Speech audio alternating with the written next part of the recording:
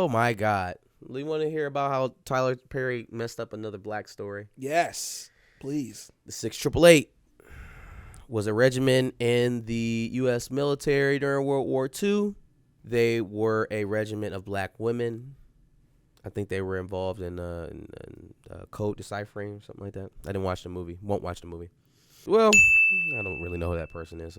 We'll post the video in there so she can explain a little bit better. Yeah. I went to go see the 6888, and he focused, I think it reduced the movie because he focused on interracial pairing between a white man who lost his life during World War II and a black woman who decided to fight in the war because she lost that white man. But that's not even why a lot of black women joined the war effort. They joined because they wanted to bring their black men back home. They wanted to end the war sooner so their black men, father, husband, uncle, boyfriend, whoever, could come back home. And Tyler Perry went and he focused the film on Lena Darracott, who in real life was friends with a Jewish boy who ended up losing his life during World War II because he went to sign up for the war effort. She was already working as a nurse in a hospital, but she was like, let me join the war effort. They were friends. They weren't romantic partners, but Tyler Perry went and he turned it into a romance. So that's political too.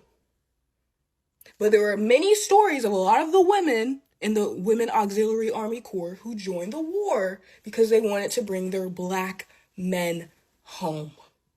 What should have been highlighted in the story, the intelligence of the black women that were working in the course of that time, the reason why they joined, right? Predominantly, women who were married to other combat veterans, right? Who wanted to see their men come home. And so that was their driving motivation for joining up, right? And having this all black women's regiment. Mm-hmm. Well, do you know Tyler Perry chose to just kind of work around that narrative so that he could highlight an interracial relationship? The actual, two people in that story were friends, never had a relationship. First of all, okay. Never had a relationship. Crazy. He made the relationship up, number one. So it wasn't even real. They were friends. Insane. Right? The guy joined, he was Jewish. Right, so for obvious reasons. Mm-hmm. And then the woman joined because of her husband. They were friends. Yikes. Disgusting. Oh, I think the dude had lost his wife. He joined, and then she joined, obviously, because her husband was in the military. So, according to Tyler Perry, we just going to retcon all that shit. Y'all going to be together, and that's going to be the focus of the film. Why? Because it's Tyler Perry, man. Y'all keep trusting him with our stories. No. Y'all keep letting that man have our stories, tell stuff. Yeah, just more gems coming out of that 100-acre movie studio from Tyler Perry. I'm so glad that thing was built. It's really putting out a lot of great content. Tony Robbins said, I bet money Madea will be in this film. Y'all gonna let me fly the plane? Hello, how you doing? 6888 sounded interesting. Killed my buzz. Let me go ahead and kill the buzz for you on all future Tyler Perry films. They're all just like that. They're just like that. Disappointing. Gross. Tyler Perry had a quote this week. He was talking about his son. He's talking about how he only gives him Legos and books as gifts. And says that he wants it to continue that way until his son understands that he works and that his son does not. How old is his son? I don't fucking know. At any age, it just sounds off to me.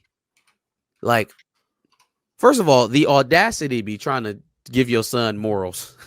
You got all of these morals set for your son. I guess all the other black children around that watch your content, just damn them.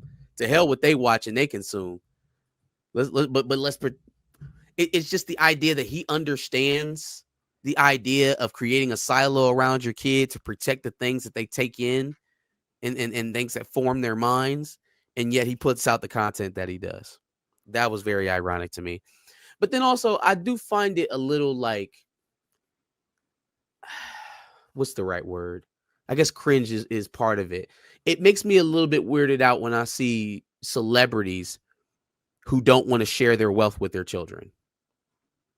Because see, the excuses that I get for the exorbitantly rich doing anything that they possibly can damn relationships, sacrifice time with family, even go to the lengths of doing backstabbing things, dishonest things to get where they're at.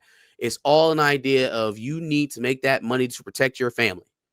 Well, if you've already made the money and you have the generational wealth, and there's no possible way, even if you die, that child could go without, what are you teaching them?